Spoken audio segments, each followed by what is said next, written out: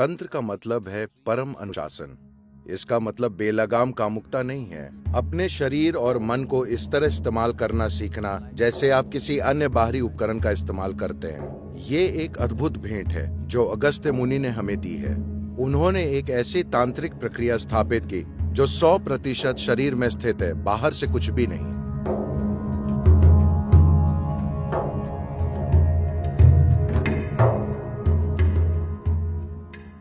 जब आप तंत्र की बात करते हैं, हमने तांत्रिक शब्द कई बार सुना है और इसके बारे में कई तरह की चीज़ें सुनने को मिलती हैं। क्या आप इस पर थोड़ा प्रकाश डाल सकते हैं कि ये क्या है? क्या ये कोई काला जादू है? ज्यादातर सृष्टि काला जादू है। प्रकाश इस सृष्टि में एक छोटी सी घटना है ना? क्या ज्यादातर सृष्टि में अंधेरा नहीं है? प्रकाश एक बहुत ही छोटी सी घटना है, एक बहुत ही सीमित घटना। प्रकाश तभी होगा जब कुछ जलेगा। ये बत्तियां जलाने के लिए इस धरती पर अभी कुछ जल रहा है। आपको ये समझना चाहिए, जो लोग पर्यावरण के प्रति जागरूक हैं, रोशनी के इन बिंदुओं के लिए कोई चीज कहीं जल रही है। हम कहते हैं बल्ब जल रहा है, वो भी जल रहा है, पर इस जलाने के लिए कोई और चीज जल रही है ना? प्रकाश का यही तरीका है। चाहे फिर वो कोई बल्ब हो या सूरज, कुछ जल रहा है। जो भी जलता है वो एक दिन खत्म हो जाएगा। हाँ, इसलिए हम कहते हैं अगर आप गैर जिम्मेदारी से जलाते हैं तो हम कहते हैं आप मोमबत्ती को दोनों तरफ से जला रहे हैं, क्योंकि हम समझते हैं प्रकाश तभी होगा जब कुछ जलेगा। तो अगर आप कुछ जलाकर प्रकाश ला रहे हैं तो बेहतर है कि आप प्रकाश को कंट्रोल करें और उसे कम से कम रखें, वरना चीजें बहुत जल्दी जल जाएंगी। तो प्रकाश एक बहुत सीमित घटना है, बाकी पूरी सृष्टि एक काला जादू है, नहीं? तो ऐसी बहुत सी गुप्त विद्याएं हैं जिसका आप अभ्यास कर सकते हैं। जरूरी नहीं कि वो जीवन के खिलाफ हो। गुप्त विद्या का जीवन के खिलाफ होना जरूरी नहीं। क्योंकि आपने किसी घटिया तांत्रिक के बारे में सुना है जो किसी का जीवन बर्बाद करने या उसे बीमार करने या मारने की कोशिश करता है, इसलिए आपको लगता है कि तंत्र एक बुरी चीज है, क्योंकि समाज में आपने बस वैसे ही लोग देखे हैं। लेकिन तंत्र सबसे ऊंची कोटि का भी है।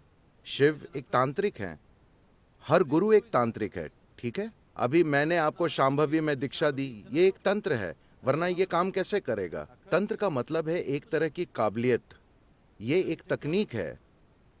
अभी मैं अपना फोन निकालकर किसी से बात कर सकता हूं जो दुनिया के दूसरे हिस्से में है, ये एक तकनीक है। मान लीजिए बिना किसी फोन के अभी मैं यूं ही अमेरिका में किसी से बात करूं, तो ये तंत्र है। तो तकनीक तंत्र से बहुत ज्यादा अलग नहीं है। आप अलग उपकरण इस्तेमाल करते हैं, मगर असल में ये एक ही चीज है। जब आधुनिक तकनीक नहीं थी तब तंत्र का बहुत महत्व था। लेकिन आज तंत्र का महत्व घट रहा है जैसे जैसे आधुनिक तकनीक आगे बढ़ रही है। देखिए, अभी आप मुंबई में आए हैं, बॉम्बे, मुंबई।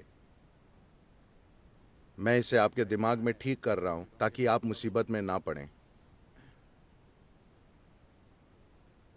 मान लीजिए 1000 साल पहले आपने सुना सदगुरु कोयम्बटूर में है।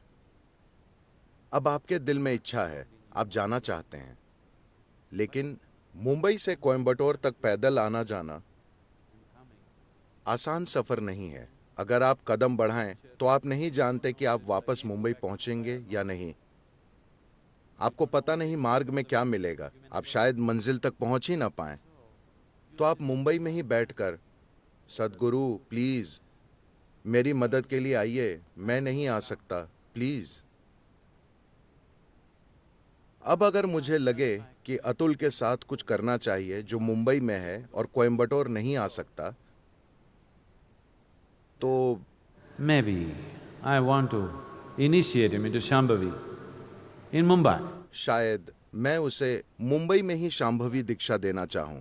लेकिन अतुल का मन जगह जगह भटकता रहता है। वो बैठता है, कुछ अनुभव करता है, फिर सोचता है शायद मैं बेकार की कल्पना कर रहा हूं। उसकी पत्नी उसे कहती है, तुम पागल हो रहे हो। ऐसा इंसान जिसे तुमने देखा भी नहीं, वो तुम्हें कुछ कर रहा है, चुप करो और काम पर जाओ। वो कुछ अनुभव करने लगता है, पर उसका तर्क, उसके विचार और परिवार वो कहता है, मूर्ख मत बनो। फिर सदगुरु ये करेंगे कि एक दक्षिण भारतीय चमेली का फूल उठाएंगे जो मुंबई में नहीं उग सकता, और अतुल ऐसे बैठा है, फूल उसके हाथों में गिरा। अब अतुल, अब वो बैठ जाएगा शांभवी की दीक्षा लेने के लिए तैयार, क्योंकि एक चमेली का फूल भेजा गया। लेकिन आज मैं आपको कॉल करके कहूंगा यहां आ जाओ, या किसी के साथ ब्रोशर भेजकर आपसे कहूंगा यहां आकर सीखो, या अगर मैं आपको चमेली का फूल भेजना चाहूं तो मैं डीएचएल से भेजूंगा।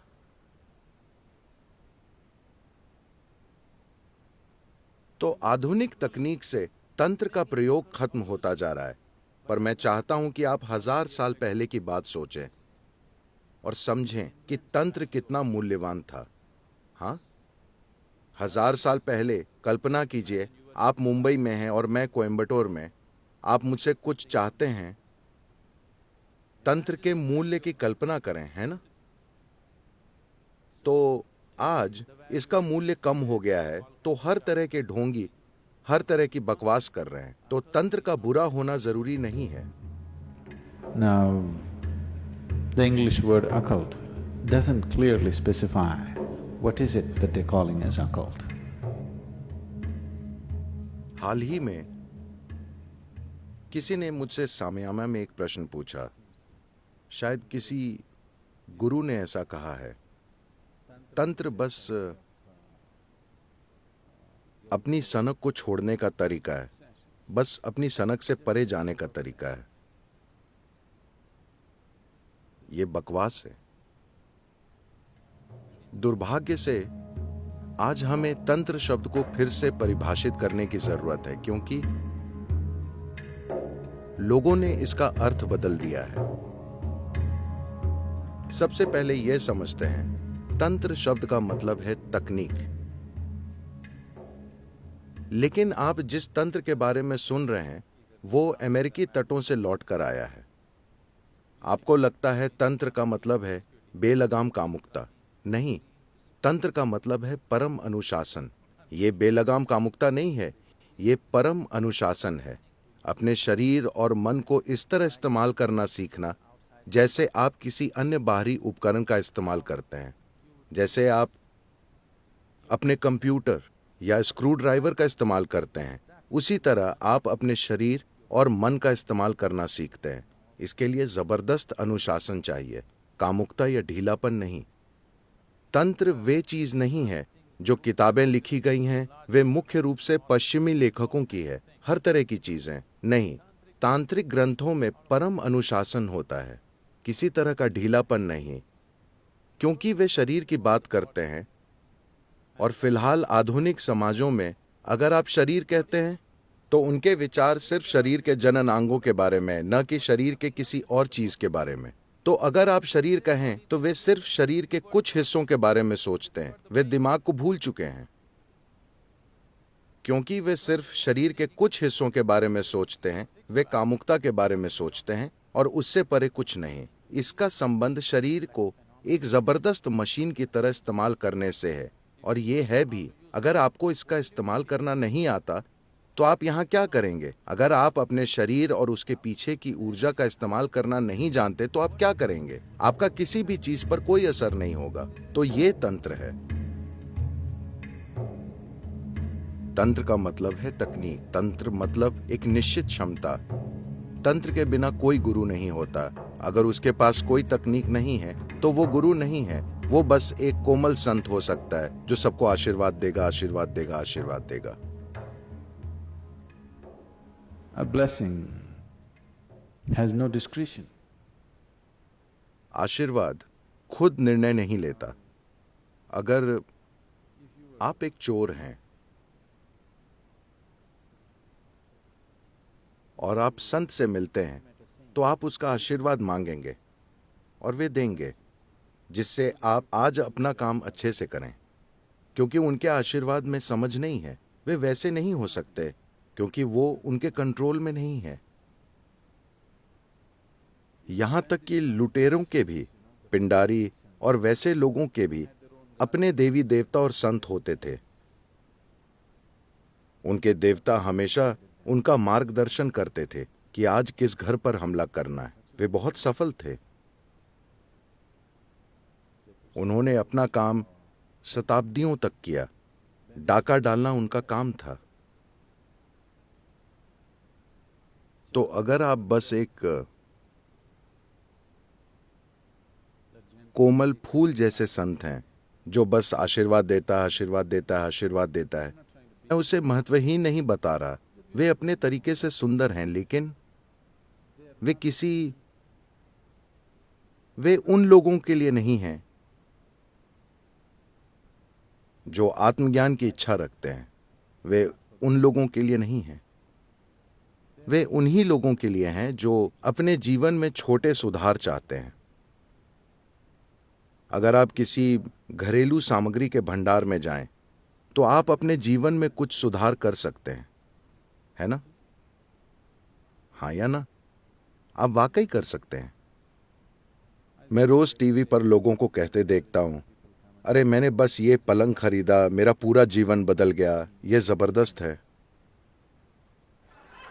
I didn't know. मुझे पता नहीं था Some कि एक पलंग या तकिया ऐसा कर सकता है। मुझे पता नहीं था। क्या आपने ये देखा है? मेरा पूरा जीवन बिल्कुल बदल गया है। तो अगर आप किसी भंडार में जाएं और किसी ऐसी चीज के साथ बाहर आएं जो आपके पास नहीं थी, तो आपका जीवन थोड़ा बहुत बदल सकता है। जीवन बदल जाता है, पर जीवन कितना बदलता है ये कई चीजों पर निर्भर करता है। क्या बदला है ये कई चीजों पर निर्भर करता है ना? मान लीजिए आपको ठंड लग रही है और आपके पास जैकेट नहीं था, पर आपको मिल गया, तो फिलहाल जीवन बदल गया, है ना? है कि नहीं? तो क्या हम उस चीज की बात कर रहे हैं? अगर हां तो ठीक है, आशीर्वाद आशीर्वाद आशीर्वाद। लेकिन अगर आप आध्यात्मिक विकास, परम प्रकृति तक पहुंचने की बात कर रहे हैं, तो किसी क्षमता के बिना एक गुरु क्या है? आप उसे गुरु नहीं कह सकते।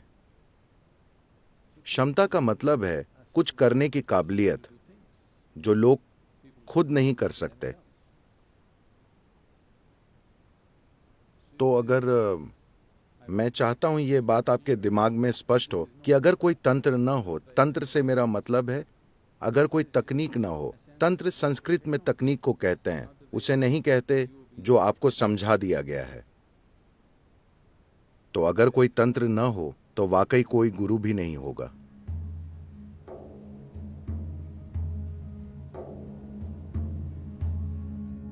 क्योंकि गुरु होने का मतलब है ये एक मैकेनिक का काम है। आपको चीजें ठीक करनी पड़ती हैं। ठीक करने के लिए आपको उन्हें समझना होगा। आपके हाथों में कोई तकनीक होनी चाहिए, और यही तंत्र है। क्या ईशा में तंत्र है? बिल्कुल है, हर जगह, हर तरह का। लेकिन योग का महत्व यह है कि इसमें बाहरी विधियां नहीं होती। तंत्र के दो आयाम हैं। पहले में आप बाहरी सामग्री का इस्तेमाल करके चीजें करते हैं जिसमें विधियां होती हैं। योगिक तंत्र में आप सिर्फ अपने शरीर और ऊर्जा सिस्टम का इस्तेमाल करते हैं। आपको किसी और सामग्री की जरूरत नहीं होती। इसे मोटे तौर पर दाएं हाथ और बाएं हाथ के मार्गों के रूप में बांटा गया है। बाएं हाथ के मार्ग में बाहरी सामग्री का इस्तेमाल होता है, दाएं मार्ग में बाहरी सामग्री नहीं, सिर्फ शरीर का ही इस्तेमाल होता है। काफी हद तक ये यौगिक तंत्र है। काफी हद तक इसे हम अपने अंदर करते हैं। ये अगस्त्य मुनि की अद्भुत भेंट है। कि उन्होंने एक ऐसी तांत्रिक प्रक्रिया स्थापित की जो 100% शरीर में स्थित है, जो बाहरी नहीं है। तंत्र के अलग अलग आयामों के लिए चावल के एक दाने या रेत के कण का भी इस्तेमाल नहीं होता, सब कुछ सिस्टम के अंदर ही होता है। ये उन्होंने हमें भेंट किया है। ये सबसे बड़ी चीजों में से एक है। इंसानी सिस्टम से जुड़ी ये सबसे बड़ी चीज है जो आज तक हमें किसी ने भेंट की है। ये उनकी भेंट है।